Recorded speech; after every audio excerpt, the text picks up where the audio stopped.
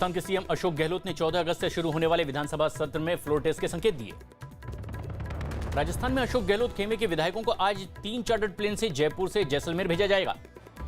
Rajasthan high court ने कांग्रेस में शामिल हुए बीएसपी के 6 विधायकों के मामले पर सुनवाई की और इन विधायकों के अलावा विधानसभा अध्यक्ष को नोटिस भेजकर जवाब मांगा।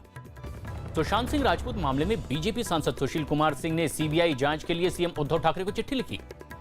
सुशांत सिंह की बहन मीतू सिंह ने पूछताछ में मुंबई पुलिस को बताया कि रिया चक्रवर्ती सुशांत को टॉर्चर करती थी।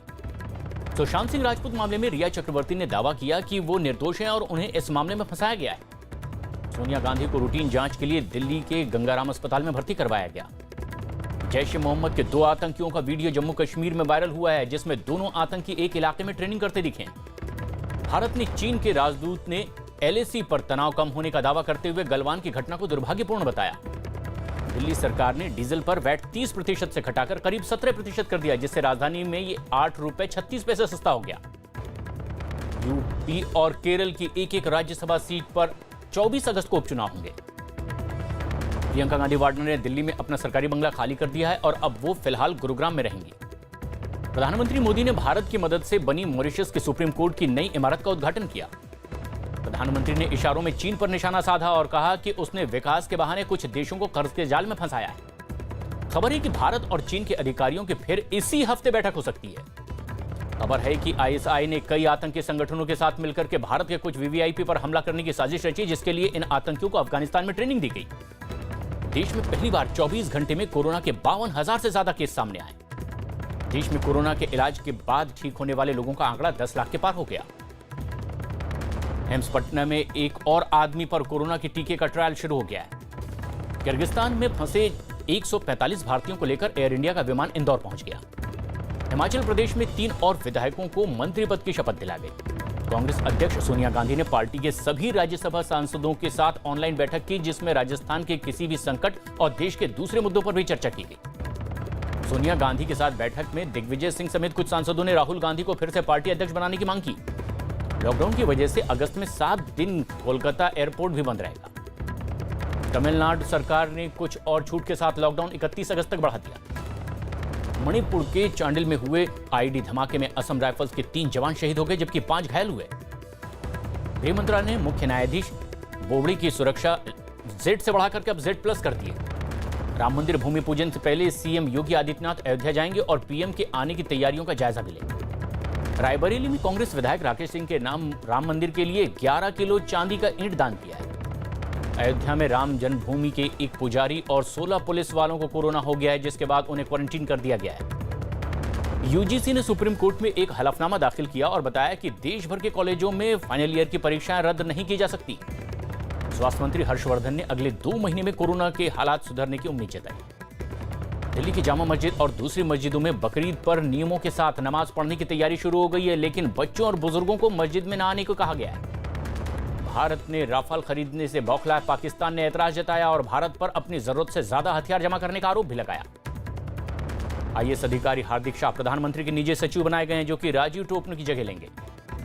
महाराष्ट्र में एक दिन में कोरोना के 9,211 नए मामले सामने आए और इसके साथ ही प्रदेश में कुल मरीजों की संख्या 4 लाख के पार हो गई है। महाराष्ट्र सरकार ने अनलॉक 3 में इंडोर जिम नहीं खोलने का फैसला किया है। अभी सिर्फ आउटडोर जिम खोलने को ही सशर्त इजाजत दी गई। दिल्ली में सस्ता लोन देने के नाम पर ठगी के आरोप में 4 लोगों को गिरफ्तार कर लिया गया। मुंबई पुलिस ने एक होटल में गैर कानूनी तरीके से रह रहे सूडान के 59 नागरिकों को पकड़ लिया है, जिनमें 10 कोरोना मरीज पाए गए।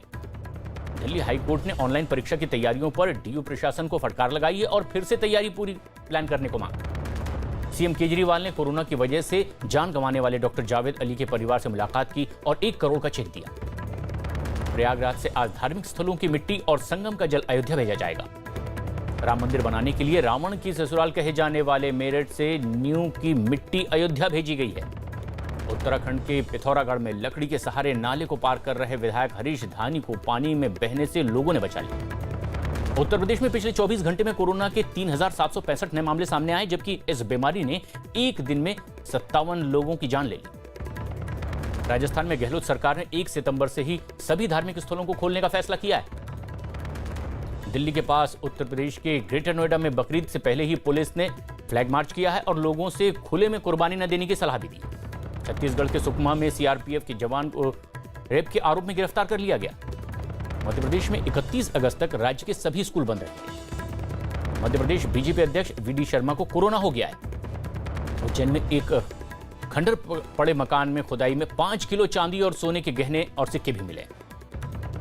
यूपी में कानपुर देहात के एसपी अनुराग वत्स को कोरोना हो गया है, जिसके बाद उन्हें संपर्क में आए आईजी मोहित अग्रवाल को भी क्वारंटीन होना पड़ा। मध्य प्रदेश के मंडला में हुए एक सड़क हादसे में 4 लोगों की मौत हो गई।